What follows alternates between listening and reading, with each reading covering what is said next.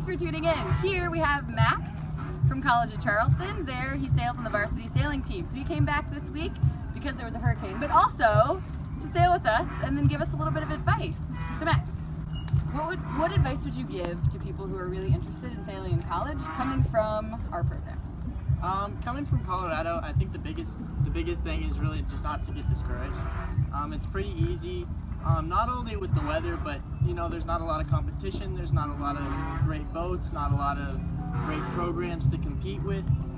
So I think the biggest thing is to really stay interested in it, to force yourself to stay interested in it, even when it's month 3 of winter, all the lakes are frozen, and you're stuck here with no boats to sail. It gets pretty frustrating sometimes, even in the summertime, in the heat of the season, and there's no breeze and there's no competition. So really, if you just stick with it and you tell yourself, like, I gotta be on the water like this week when it's windy. Like, there's gotta be a time when it's windy that week. You just kind of gotta find it. It's not gonna be 2 o'clock every afternoon like it is some other places. Next question. What do you wish you would have done differently to prepare? I wish I would have traveled more. And I know it's kind of difficult to travel, from here to all these events, especially with, you don't have all the support in the world from your program. I mean, the program here is amazing, but it's hard for a non-profit organization to send people out to races and stuff like that. And I appreciate all the support, but I do wish that I would have taken more efforts personally to get myself out to a coast, to get myself out to have more experience.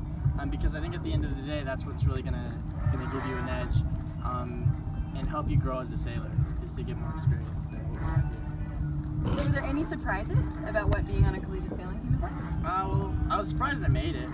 But I mean, after that point, really, it's so structured, and that's something that they're able to do that maybe we're not able to do as much. And I really appreciate that structure, and I think it really builds better sailors when you're able to get so many hours on the water, so many workouts in, so many this, and it really makes your mind think about sailing more. It makes you more interested in the sport when there's that much around you. So I think that was the biggest surprise, was how much more involved you kind of become, how much more engaged you become. Nice. And what were tryouts like? Tryouts were pretty interesting. I remember I was super nervous, but the first day, my first race, I was skippering. It was pretty light, and I got 2nd place on my first race, and I didn't think that would happen. I mean, that's not how all the other races went, but it was just kind of like all over the place for me. Sometimes I was in the front, sometimes I was way in the back, sometimes I was really struggling, sometimes I was on every shift. So it wasn't very consistent, which might not be good, but it worked out. So perseverance helped. Yeah. Alright, so what are some of the major differences about the coaching there, the venue there, some of the boats that they sail? I mean, really everything's different. The boats are different, the people are different.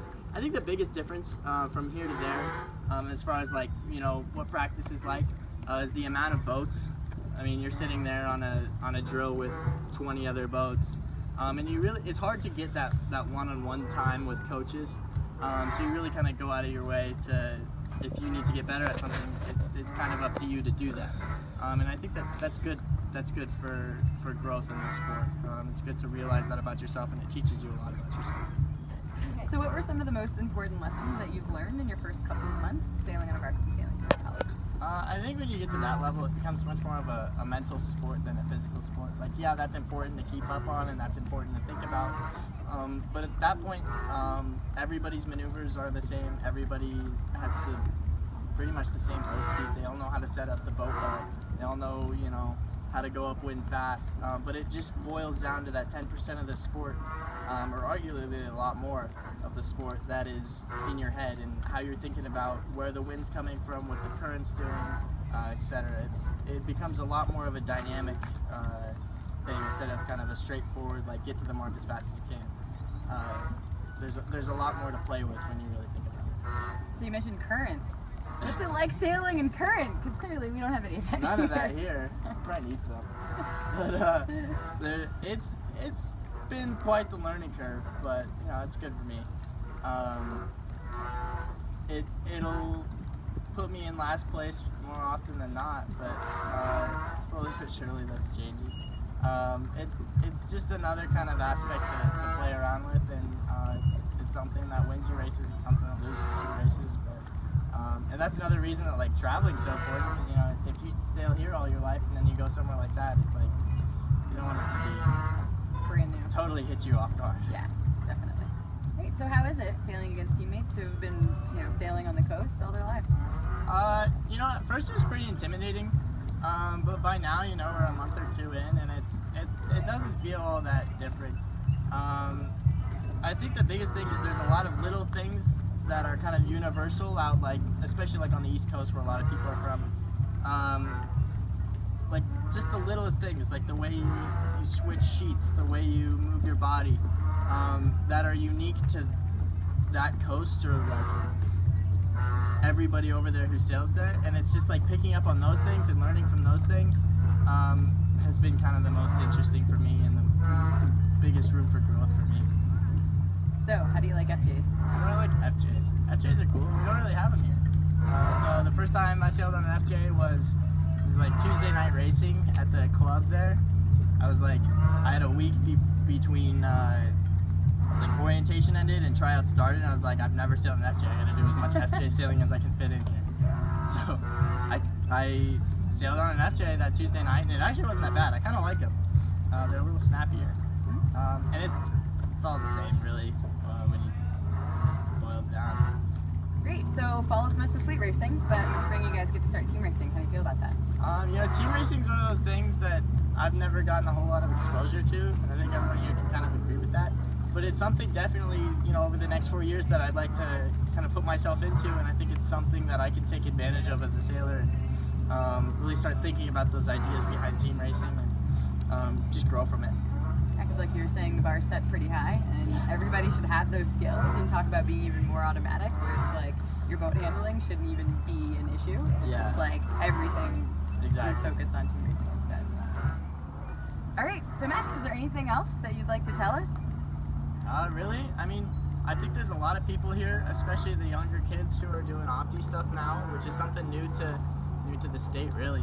I think there's a lot of potential in that group of kids, and I think if they really work hard towards it, and I mean, they've got an easier path than I think I did at the time. So I really hope that they, you know, keep their motivation and keep at it, and I think we'll see them doing big things later.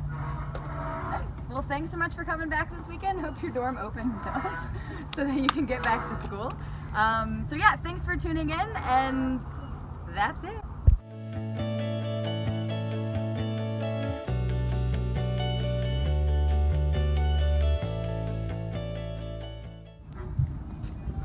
Awesome. So that we're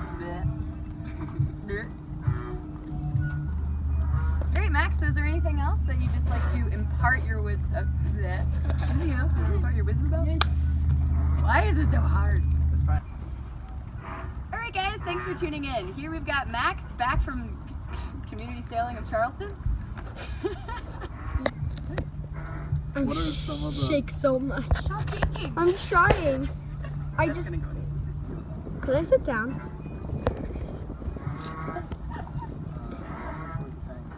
And you kind of see the race course in a more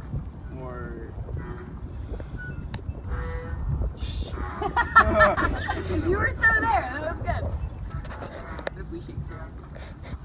It's not gonna help. what's that word? Chris, can we switch? Some word.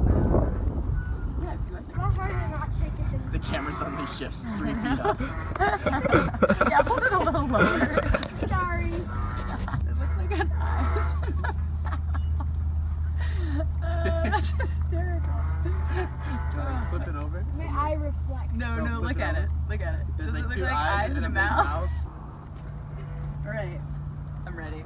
I think.